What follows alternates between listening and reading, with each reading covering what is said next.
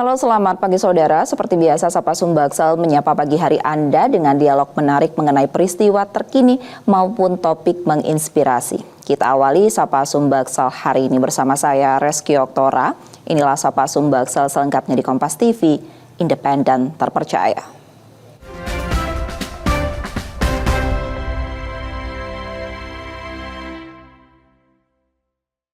Saudara, pilkada semakin dekat dan KPU semakin sibuk mempersiapkan agar gelaran Akbar 5 tahunan ini berjalan sukses.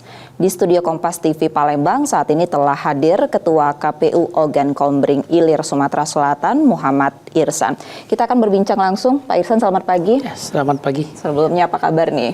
Baik, di tengah KPU tengah sibuknya sekarang. Iya, Alhamdulillah. Baik, kita akan membahas terkait dengan persiapan kita menghadapi gelaran Akbar 5 tahun sekali ini, Pak Irsan. Bagaimana sejauh ini persiapan pilkada di Kabupaten Ogan Kombring Ilir? Ya, jadi alhamdulillah sekarang tahapan pemilihan kepala daerah di Kabupaten Ogan Kombring Ilir saat ini berjalan sesuai dengan tahapan-tahapan. Dan sekarang masih tahapan pendaftaran, kemudian itu pendaftaran itu pada tanggal 27, 28, 29 yang lalu. Jadi sekarang sudah verifikasi dan alhamdulillah sudah selesai, ada 2 calon di sana. Ada 2 calon yang mendaftar sebagai calon bupati di Ogan Kombring Ilir. Lantas apa Pak yang membedakan pilkada 2024 ini dibanding sebelumnya, khususnya untuk wilayah Oki sendiri? Ya, yang jelas dimana kita tahu kalau pileg dengan pilkada yang dimaksudkan. Kalau pileg itu kan tentu tidak serawan pilkada, tidak serumit pilkada. Artinya memang secara pekerjaan pilkada ini jauh lebih ringan. Karena kalau pileg kemarin kan ada 5 kotak suara, sekarang di pilkada ini hanya 2 kotak suara, yaitu gubernur dan bupati. Tapi tingkat kerawanan yang perlu kita antisipasi ya lebih rawan di tingkat pilkada. Sudah melakukan pendaftaran, ada 2 calon. Lantas selanjutnya ada tahapan apa lagi nih Pak? Sekarang tahapan yang ke depan ini kita penetapan. Jadi kemarin sudah pendaftaran, sudah pengumuman, kemudian dilanjutkan dengan pendaftaran, kemudian verifikasi sudah selesai semua, dan tanggal 22 nanti kita penetapan calon, kemudian tanggal 23 itu kita pengundian nomor urut. Dilanjutkan tanggal 25 itu kita mulai masa kampanye untuk pasangan calon. Sampai sejauh ini ada kendala yang ditemukan Pak? Sejauh ini alhamdulillah sih lancar-lancar aja, cuman memang di mana kita tahu bahwa kerjaan tahapan pemilu di KPU itu memang selalu beririsan. Hanya itu yang kadang-kadang bikin kita agak menyiapkan tenaga ekstra. Jadi contoh hari ini kita kan ada rakor ya. Ada rakor persiapan untuk penetapan DPT, di sisi lain ada undangan pelantikan DPR Kabupaten Oki periode 24-29. Dan biasa itu istilah kami itu bahasa beririsan. Kerjaan yang selalu beririsan itu sudah biasa kan itu. Paling itu yang merepotkan kita. Terkait dengan partisipasi pemilih, ada berapa nantinya ini dalam waktu dekat ini akan ada penetapan daftar pemilih tetap, ini seperti apa Pak? Kalau partisipasi masyarakat kita harapkan tuh ya paling nggak di atas 80% kan itu. Kalau masalah DPT yang akan kita tetapkan itu cukup signifikan. Dari pemilu yang lalu itu 561.000 lebih, tapi sekarang sudah kita adakan pencoklitan ulang, kita verifikasi lagi itu. Sekarang ini 577.000 lebih. Kenapa bisa berkurang Pak?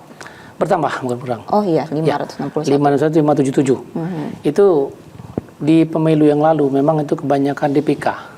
Artinya kebanyakan DPK di Oki itu 14.000 lebih DPK yang lalu. Maka itu kita antisipasi pada saat ini seluruh DPK itu harus masuk. Dan kita harus mengadakan pencoklit itu door to door, kita tanya ulang, jangan sampai nanti masyarakat itu sampai kehilangan hak pilihnya. Untuk Kabupaten Ogan Kombring Ilir ini juga sudah mulai mempersiapkan logistik pilkada Pak? Sudah. Jadi kemarin berapa 3 hari yang lalu kan saya itu sudah sampai untuk bilik baru bilik. Jadi bilik suara itu logistik tahap pertama. Ini dominannya juga wilayah Oki ini kan adalah perairan gitu ya, Ya, Pak. Bagaimana betul. untuk mengantisipasi kendala yang ada, Pak? Sebetulnya daerah perairan itu kan kita ada 4 di Oki ya. Ada Air Sugian, Tulung Selapan, Cengal, dan Sungai Menang. Memang ya unik di Oki itu, memang unik, wilayahnya luas, perairan. Cuman antisipasi itu memang dari dari sebelum-sebelumnya memang peningkatan biaya peningkatan biaya dalam arti kalau musim penghujan antisipasinya kita ya harus lebih diperhatikan lagi, terutama masalah angkutan. Kalau sekarang kan mungkin bisa box kotak suara itu bisa diangkut melalui truk. Tapi kalau musim hujan antisipasinya paling kita menggunakan mobil double cabin, bahkan ojek. Jadi nggak bisa double cabin, kita bawa ojek untuk mengantarkan ke desa-desa itu. Ya, artinya di sini yang jadi permasalahan itu biaya. Seharusnya satu truk bisa sampai ke tempat, sekarang dari satu truk naik double cabin, naik ojek. Jadi artinya biaya itu berlipat-lipat, itu yang paling perlu kita pertimbangkan gitu. Menurut informasi juga nih Pak, ada penambahan TPS di Ogan Kombring Ilir dari 1.244 menjadi 1.249 TPS. Iya, betul. Apa alasannya Pak? Ya, itu daerah perairan. Jadi daerah perairan itu memang geografis ya, alasan geografis. Jadi di Oki itu memang unik. Jadi ada contoh di Cengal aja. Jadi di desa Cengal itu sendiri, di kecamatan Cengal itu, dari kampung 1 ke kampung 2 itu jauhnya, minta ampun. Itu terutama di Sungai Menang juga ada. Itu kemarin di Air Sugian itu kan ada ke dalam. Jadi dari itu kan Air Sugian itu masuk Riding, masuk desa Riding itu ada ke dalam namanya Pangkal Jeramah, dan itu memang nggak mungkin orang Pangkal Jeramah keluar milih ke Riding, desa Riding. Maka itu memang faktor geografis itu yang menyebabkan nambah TPS itu. Jadi misalnya ada satu yang dulunya satu lokasi itu ada satu TPS, ini ditambah. Ya, betul. Jadi salah satunya kalau kita mau meningkatkan partisipasi masyarakat ya kita harus nyusul. Ketika memang ada satu kampung yang dari kampung ini ke desa ini bisa mencapai setengah jam perjalanan, artinya mereka ini ya rasanya nggak mungkin untuk berbondong-bondong memilih ke sini dengan naik, kalau kata kita sih ketek ya, sampai setengah jam. Jadi itu hal mungkin, maka itu kita upayakan agar ditambah satu TPS di situ. Seperti itu. Ada penambahan DPT juga tadi 500.061 lebih ya Pak ya, dan juga ada penambahan TPS. Kita akan lanjutkan usai jeda saudara, tetaplah bersama kami di Sapa Sumbaksel.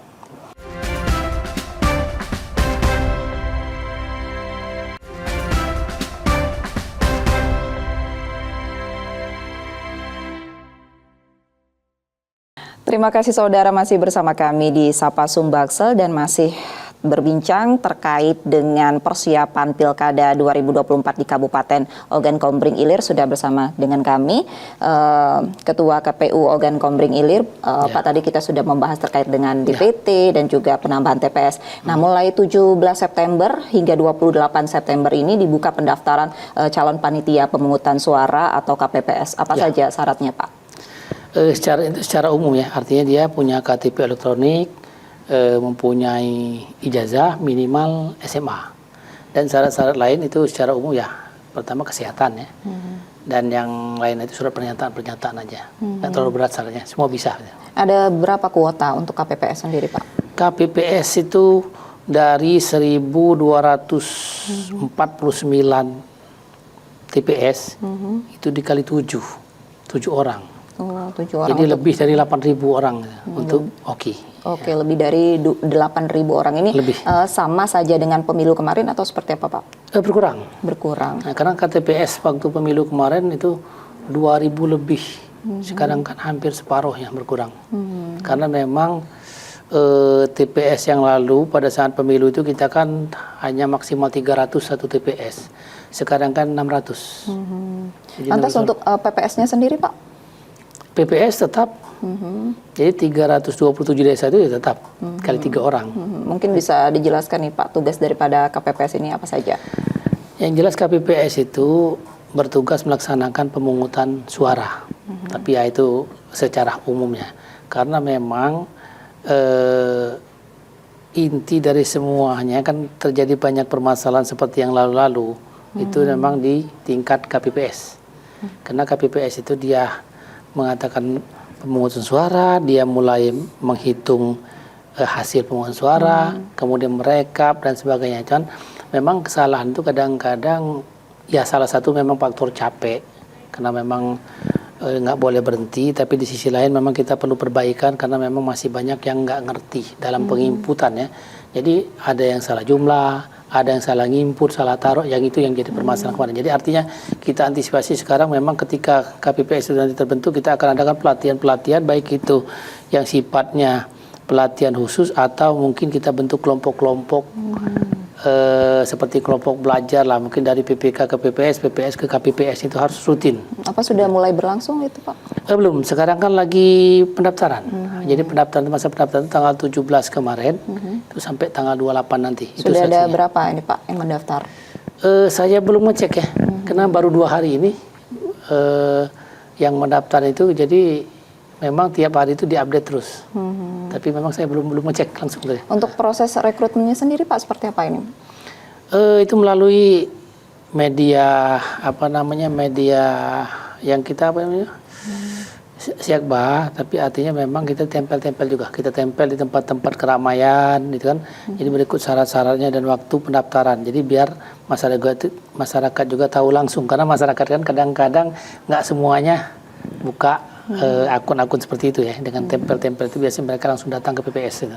Untuk gaji KPPS ini sendiri Pak dalam pilkada ini? Gaji PPS itu memang menurun ya dari tahun sebelumnya, karena dari pemilu kemarin, karena memang alasannya pekerjaannya agak ringan, lebih menurun. Jadi kalau dulu kemarin waktu kita pemilu itu kan 5 kotak suara yang dikerjakan. Kalau sekarang kan hanya 2 kotak suara. Jadi gubernur dan bupati. Yang itu yang ini. Jadi dengan pertimbangan itu mungkin ya kebijakan-kebijakan dari KPU pusat ya dihitung, maka itu jadi turun. Sekarang kan ketua itu 900.000 masalah. Dengan anggota itu 850.000. Kerjanya itu hanya sekitar 20 hari sebetulnya. Beda tipis ya Pak ya. Iya. Kan sekarang ini kan untuk gaji KPPS sendiri masih menjadi sorotan ya, belajar dari pemilu kemarin. Ada nggak sih Pak dari KPPS ataupun PPS sendiri nih yang komplain gitu? Sebetulnya ada sih. Jadi mereka itu kadang-kadang nanya ke kita, kok gajinya segini? Ya tapi kita ini kan kebijakan dari pusat ya. Mereka sudah menghitung, kita juga nggak paham perhitungan seperti apa. Jadi memang ya seperti itu, kita hanya menyampaikan bahwa ya seperti itu. Kita juga, karena kemarin kita coba walaupun ini dana hibah pilkada, tapi kita tidak terlepas dari pusat ya yang mengontrol juga kan. Kita kemarin mencoba memang biaya untuk, contoh biaya untuk operasional ya, untuk operasional PPK, PPS itu, kalau PPK itu kan waktu pemilu kemarin itu 5 juta per bulan. Jadi untuk pilkada coba kita naikin dikit karena kita memang melihat kondisi di lapangan ya. Tapi memang ya nggak bisa, tidak boleh melebihi besaran biaya semuanya kembali ke pemilu kebijakan kemarin, pusat betul ya Pak ya. ya. Jadi artinya itu paksa kita turunkan lagi. Jadi kita bilang juga mereka ya kita mohon maaf banget karena kita sudah berusaha, tapi ya memang aturan yang nggak bisa kita langkahi gitu. Pak Irsan, ini kan untuk KPPS sendiri ada menjadi salah satu ujung tombak dalam kesuksesan pilkada. Bagaimana KPU memastikan bahwasannya KPPS ataupun PPS ini bersikap netral gitu Pak? Ya tentu kita bekali bahwa kita ini penyelenggara. Yang namanya penyelenggara itu apapun cerita kita boleh memilih. Boleh memilih, tapi kita tidak boleh mengarahkan. Kita memang harus bersikap netral karena memang berisiko. Banyak sekali risiko-risiko yang dihadapi nanti di lapangan, apalagi ini kan pilkada. Kalau pileg kemarin, kan itu orang boleh dikatakan kan cuek. Setelah jagonya menang, ya silakan yang lain mau ngapa-ngapa silakan. Tapi kan kalau pilkada khususnya di Oki kan hanya 2 pasangan calon. Artinya satu desa itu kita anggap terbagi 2. Kita bayangin kalau satu desa itu sampai 3.000 orang, jadi 1.500 masa, gimana kita mau negurnya? Maka itu jangan sampai aku bilang ada kesalahan sekecil apapun, terutama hak pilih. Gitu. Jadi netralitas hak pilih harus kita jalankan sesuai aturan. Dalam saat ini masih dalam tahap pendaftaran KPPS ya Pak, yang Iya. nanti yang ditenggat pada tanggal 28 September 2024 Betul. ini. Usai jeda kita akan melanjutkan lagi saudara, tetaplah bersama kami di Sapa Sumbaksel.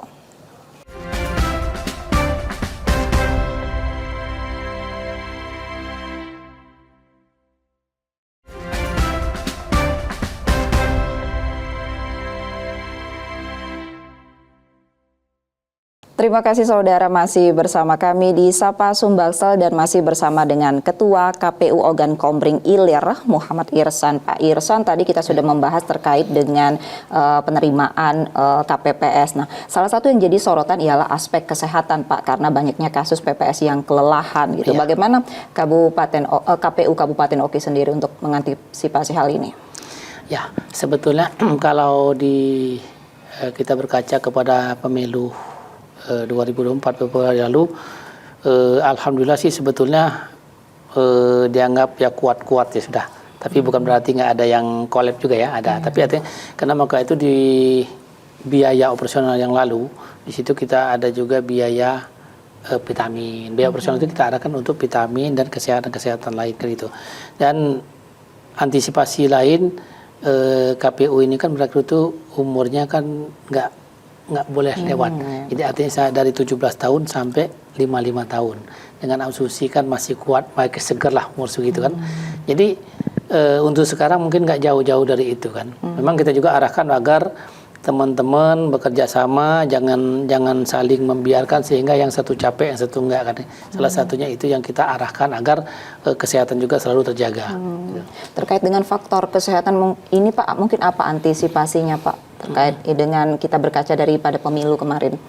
Yang jelas memang kalau kesehatan itu kita pemeriksaan secara detail sih enggak ya, karena memang ya biayanya nggak mungkin juga kan kita. Artinya kita tetap pemeriksaan kupu, maka itu di dalam perekrutan kita sertakan di situ surat keterangan kesehatan dari puskesmas kan itu. Di sisi lain memang kita selalu menghimbau agar jaga kesehatan. Artinya tidak melakukan sesuatu hal yang tidak perlu. Artinya setelah pekerjaan selesai, kalau ada bisa waktu tidur sebentar ya kita gunakan, manfaatkan waktu itu biar selalu terjaga kesehatan dan mental kita. Baik, untuk selanjutnya ini tahapannya adalah untuk menunggu nomor urut ya Pak ya, itu artinya. Oke. Tentu saja kita ingin pilkada ini Pak Irsan berjalan lancar dan sukses. Adakah himbauan dari KPU Oki Pak untuk ke paslon maupun dengan pendukungnya? Ya, intinya sekarang kalau kita kepengen pemilu ini, artinya pemilihan kepala daerah ini berjalan dengan baik, dengan berintegritas, baik itu pimpinannya nanti ataupun pelaksanaan maupun pendukung masyarakat, ya kita harus tentu melaksanakan, mengikuti aturan-aturan yang ada. Artinya seperti ya, kalau paslon sendiri kita minta agar bisa mengendalikan masanya masing-masing, memberi masukan atau saran atau himbauan kepada paslonnya agar tidak berlaku yang melanggar. Artinya karena kita memang masyarakatnya banyak ya, tapi kalau kita nggak himbau ya bahaya juga. Jadi bagi masyarakat juga kita mengharapkan agar patuhi aturan, kita pilihan kita sesuai dengan hati nurani. Jangan sampai nanti terjadi keributan oleh karena berbeda pilihan. Jadi bagi paslon juga kita harapkan agar bisa mengendalikan masanya masing-masing agar pemilu ini menjadi pemilu yang berintegritas. Kita juga selaku penyelenggara selalu menghimbau untuk menjalankan aturan-aturan yang ada agar pemilu ini benar-benar berjalan secara jujur dan adil. Tentunya pelaksanaan pilkada ini tak lepas dari faktor keamanan. Sampai sejauh ini seperti apa Pak koordinasi dengan pihak keamanan setempat, kepolisian dalam hal ini? Kita alhamdulillah di Oki hubungan kita dengan pihak Polres dalam hal ini cukup baik. Jadi kita selalu berkoordinasi, setiap ada kegiatan apapun kita selalu berkoordinasi. Bahkan kita ketika kita mengadakan BIMTEK pun di luar Oki, kita selalu memberitahu bahwa kita akan melakukan BIMTEK seperti itu. Terutama nanti berkaitan juga dengan distribusi logistik. Biasanya kita selalu intent untuk melakukan komunikasi. Kita selalu melakukan komunikasi, terutama kita belajar dari pileg yang lalu, karena ini kita anggap pilkada ini menurut kami ya agak lebih rawan. Jadi memang kita koordinasi, kita tingkatkan dari setiap nanti pasangan calon untuk kampanye pun ya kita selalu berkoordinasi, itu rencana kita ya, selalu koordinasi sekecil apapun, sebanyak atau dikit apapun masanya gitu. Ada 2 paslon di Kabupaten Ogan Komering Ilir dan tentunya kita berharap pada pelaksanaan Pilkada 2024 di Kabupaten Oki, tidak hanya di Oki saja sih, tapi semua daerah ini berjalan dengan lancar. Terima kasih Pak Irsan untuk perbincangan kita pada pagi hari ini. Saya tutup saudara Sapa Sumbaksal hari ini. Tetap saksikan Sapa Sumbaksal setiap Selasa dan Kamis pukul 6.30 hingga 7 pagi. Bagi Anda yang ingin berbagi informasi atau kritik dan saran dapat mengakses media sosial kami di @kompas.tv Palembang. Akhirnya saya Reski Oktora pamit, selamat beraktivitas dan tetap menyaksikan Kompas TV, independen terpercaya. Sampai jumpa.